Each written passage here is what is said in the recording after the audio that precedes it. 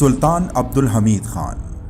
خلافت عثمانیہ کا سب سے طاقتور اور آخری با اختیار بادشاہ، جن کی زندگی شیطانی طاقتوں کے خلاف لڑتے لڑتے گزری، لیکن اللہ کی مدد سے ان کے پاس عقل کی وہ چابیاں تھیں جن کو استعمال کر کے وہ ہر محاذ پر دشمنوں کو شکست دیتے رہے۔ خلافت عثمانیہ نے اتنے دشمن اپنے پورے دور میں نہیں دیکھے جتنے ایک سلطان عبدالحمید کے دور میں موجود تھے، لیکن اللہ کی طاقت جن کے پاس ہو انہیں کوئی ہرا نہیں سکتا، اور ایسا ہوا بھی کہ سلطنت عثمانیہ کے آخری با اختیار بادشاہ سلطان عبدالحمید اپنی آخری سانسوں تک دشمنوں کو ہراتا رہا۔ لیکن ان تمام باتوں کے باوجود کچھ پراسرار واقعات ایسے بھی ہیں جو ان کے دور حکومت میں ان کے ساتھ پیش آئے۔ ان تمام باتوں کا ذکر ایک کتاب میں موجود ہے جس کا نام ہے The Unknown Secrets of Confident Abdul Hamid Khan. اس کتاب میں موجود واقعات شاید عثمانی تاریخ کے سب سے اہم اور دلچسپ واقعات ہیں جن کا ذکر آج کی اس ویڈیو میں ہم کرنے والے ہیں۔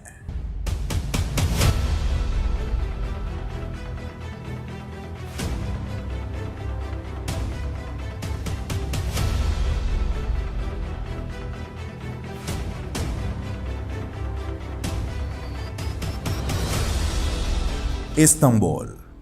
دنیا کی تاریخ کے اہم شہروں میں سے ایک شہر، جہاں آج بھی ایسے راز زمین کے نیچے دریافت ہونے کے منتظر ہیں، جن میں ایک ایسا راز بھی سامنے آیا جس کے بارے میں ہم بات کرنے والے ہیں۔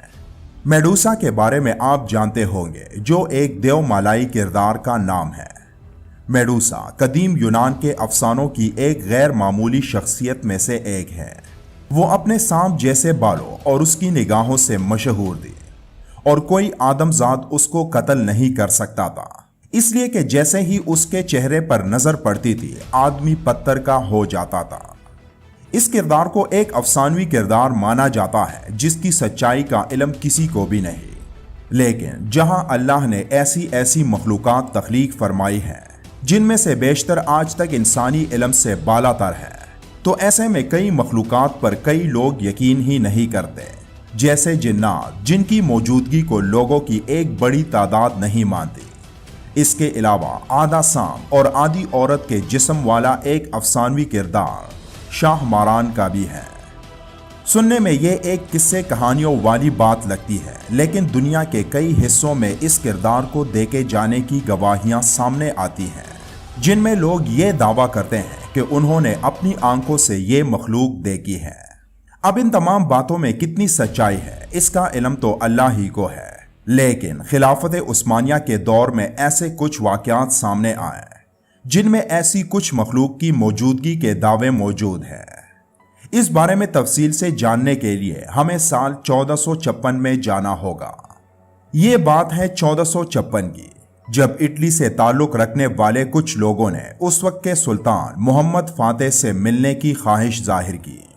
اس ملاقات کے لیے انہوں نے وہاں موجود سفیروں کو قیمتی تحائف بھی دیے تاکہ سلطان سے ان کی ملاقات کروائی جا سکے، لیکن سلطان محمد فاتح نے ان کے بےحد اصرار کے باوجود ان سے ملنے سے انکار کر دیا۔ لیکن سلطان کے انکار کے باوجود جب وہ لوگ پھر بھی سلطان سے ملنے پر بضد تھے، تو سلطان نے اپنے وزیر اعظم کو ان سے ملاقات کرنے بھیجا، اور اس طرح وہ لوگ سلطان سے ڈائریکٹ تو نہیں لیکن انڈائریکٹ ملاقات کرنے میں کامیاب ہو گئے۔ اس ملاقات کے پیچھے کہانی انتہائی دلچسپ ہے۔ وہ لوگ استنبول میں موجود زیر زمین قدیم تالاب کے ایک سلسلے، جنہیں بیسیلیکا سسٹن کہا جاتا ہے، وہاں جانا چاہتے تھے، اور ان کے خیال میں وہاں قدیم زمانے سے موجود خزانے ہیں، لیکن اس وقت وہاں حکومت عثمانیوں کی تھی، اور سلطان محمد فاتح کی اجازت کے بغیر وہ ان خزانوں تک نہیں پہنچ سکتے تھے۔ اس لیے ان لوگوں نے وزیر اعظم کے ذریعے سلطان محمد فاتح کو ایک بار پھر پیغام بھجوایا کہ وہ ان سے ملنا چاہتے ہیں۔ سلطان محمد فاتح، جو سیاست کے میدان کے ماہر تھے، انہوں نے ان سے ملاقات کرنے کی حامی بھر لی، اور اس ملاقات میں انہوں نے سلطان سے کہا کہ بیسیلیکا سسٹن میں بے شمار خزانے موجود ہیں جن کی قیمت کا اندازہ لگانا مشکل ہے۔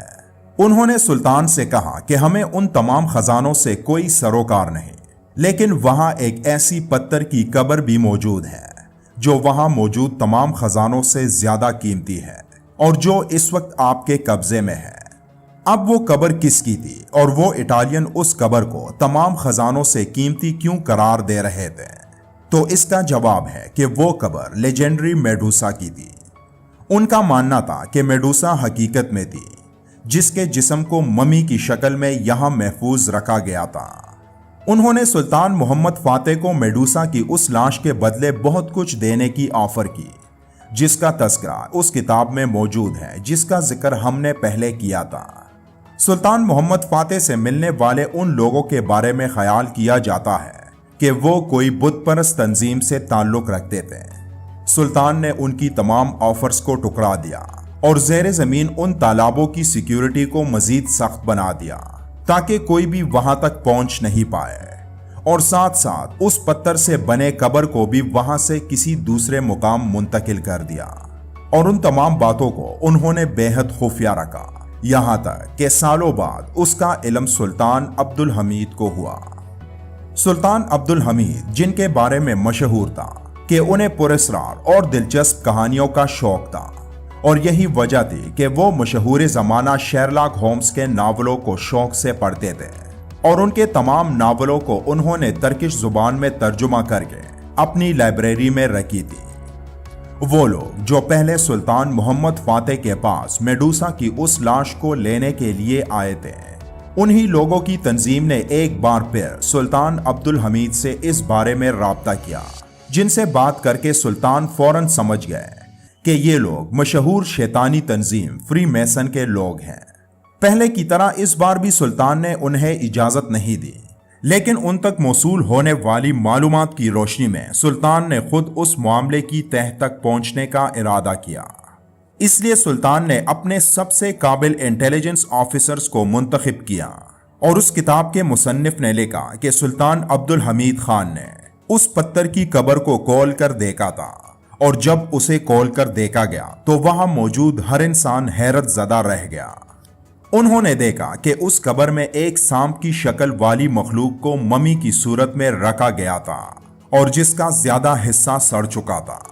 सुल्तान अब्दुल हमीद ने वहां मौजूद लोगों को हुक्म दिया कि इस बात को इंतहाई खुफिया रखा जाए, क्योंकि अगर ये बात लोगों तक पहुंच गई तो उनके दरमियान इस हवाले से मसाइल पैदा हो सकते हैं।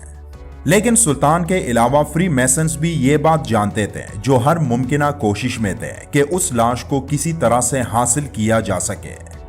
इसलिए जब सुल्तान अब्दुल हमीद को ऐसा लगा कि ये लोग इस राज को फाश करने वाले हैं, तो सुल्तान ने एक तरकीब लड़ाई और उस पत्थर की कब्र को लोगों और प्रेस के सामने रखी, लेकिन उसे खोलने से इनकार करते हुए कहा कि अगर इसे खोला गया तो इस पर रोशनी पड़ने से इसके अंदर मौजूद चीज खत्म हो जाएगी, और हम नहीं चाहते कि ऐसे तारीखी विरसे को जाया होने दें। वहां मौजूद सहाफियों ने उस कब्र की तस्वीर ली और वो मामला वहीं खत्म हो गया। आज ये पत्थर की कब्र तुर्की के मशहूर तारीखी मस्जिद मुला फनारी ईसा के मकबरे के करीब मौजूद है, लेकिन आज ये अंदर से खाली है। कुछ लोगों का मानना है कि सुल्तान अब्दुल हमीद ने उस कब्र में मौजूद मेडूसा की लाश को निकालकर किसी और जगह रखी थी, जिसका इल्म किसी को भी नहीं, जबकि कुछ लोग ये मानते हैं कि उसकी लाश को उसी तंजीम यानी फ्री मैसन अपने साथ निकाल कर ले गए थे। और यही वजह है कि आज शैतानी तंजीमों की बुनियाद रखने वाले शहर वेटिकन की इमारतों को हम देखते हैं तो वहां मौजूद पोप की इमारत के अंदर मीटिंग रूम में सांप की शक्ल बनी वाज़े नजर आती है। तो क्या ऐसा मुमकिन हो सकता है कि एक सांप इंसान की शक्ल में खुद को तब्दील कर सकता हो? इस बारे में अल्लाह बेहतर जानता है, लेकिन आज दुनिया पर जिन लोगों का कंट्रोल है वो लोग भी आज सांप बने हुए हैं, जिनका काम लोगों को धोखे में रखकर अपना शैतानी मिशन मुकम्मल करना है। यानी ये लोग भी आधे सांप और आधे धोखे की शक्ल में मौजूद हैं।